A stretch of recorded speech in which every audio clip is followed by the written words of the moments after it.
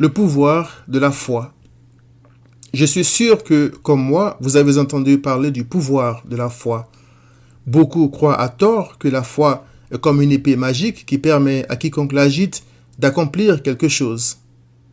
Qu'est-ce que Christ entendait par ta foi t'a sauvé, va en paix, Luc 7,50, ou ta foi t'a guéri, Matthieu 9, 22. L'usage de l'adjectif possessif t'a donne des raisons à certaines personnes de se glorifier de ce qu'ils appellent leur foi et qui pour eux est leur contribution à l'œuvre de Christ. J'ai commis cette erreur dans le passé. Je crois désormais que je n'ai rien à ajouter à l'œuvre de Christ car elle est parfaite. Je crois aussi que ma foi est en fait la conviction que j'ai, par la grâce de Dieu, de la toute-puissance de Christ. Je m'explique. Il est écrit: étant parti de là, Jésus fut suivi par deux aveugles qui criaient: « Aie pitié de nous, fils de David !» Lorsqu'il fut arrivé à la maison, les aveugles s'approchèrent de lui et Jésus leur dit: « Croyez-vous que je puisse faire cela ?» « Oui, Seigneur, lui répondirent-ils. Alors il leur toucha les yeux en disant: « Qu'il vous soit fait selon votre foi. » Et leurs yeux s'ouvrirent. Matthieu 9, 27 à 30.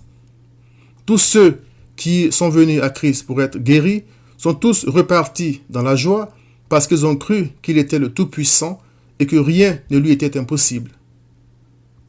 La femme qui perdait du sang, par exemple, en était tellement convaincue qu'elle se disait: « Si je puis seulement toucher son vêtement, je serai guérie. » Matthieu 9, 21.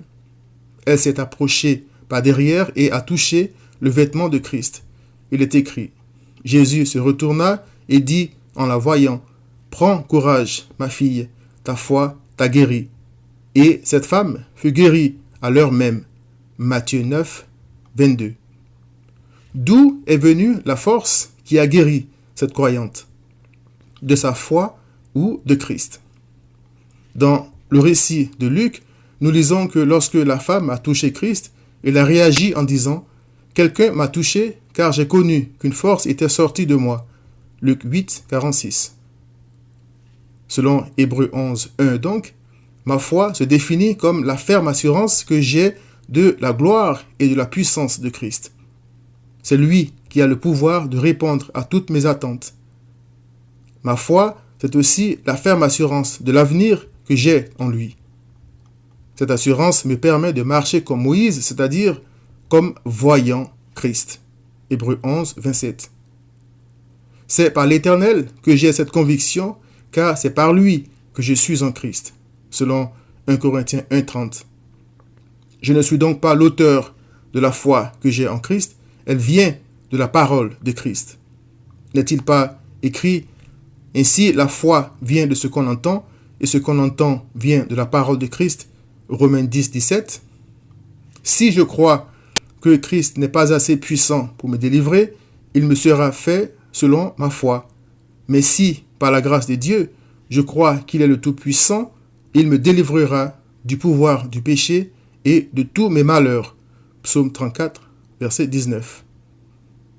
Il est demandé aux croyants de vivre sa vie chrétienne en ayant les yeux fixés sur Christ, le chef et le consommateur de la foi. Hébreux 12, verset 2. Christ est l'auteur de la foi, celui qui développe et honore la foi. En vain, l'homme cherche le moyen de se glorifier en s'attribuant ne serait-ce qu'une petite portion de l'œuvre parfaite de Christ pour le salut du pécheur. L'Éternel a dit à l'homme Moïse: « Si tu m'élèves un autel de pierre, tu ne le bâtiras point en pierre taillée, car en passant ton ciseau sur la pierre, tu la profanerais. » Exode 20, 25. Rien de parfait ne peut sortir de la main de l'être humain pour satisfaire Dieu.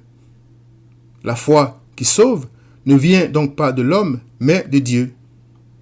Elle est la conviction que Christ est le Messie, le Fils de Dieu, le Sauveur, le Tout-Puissant.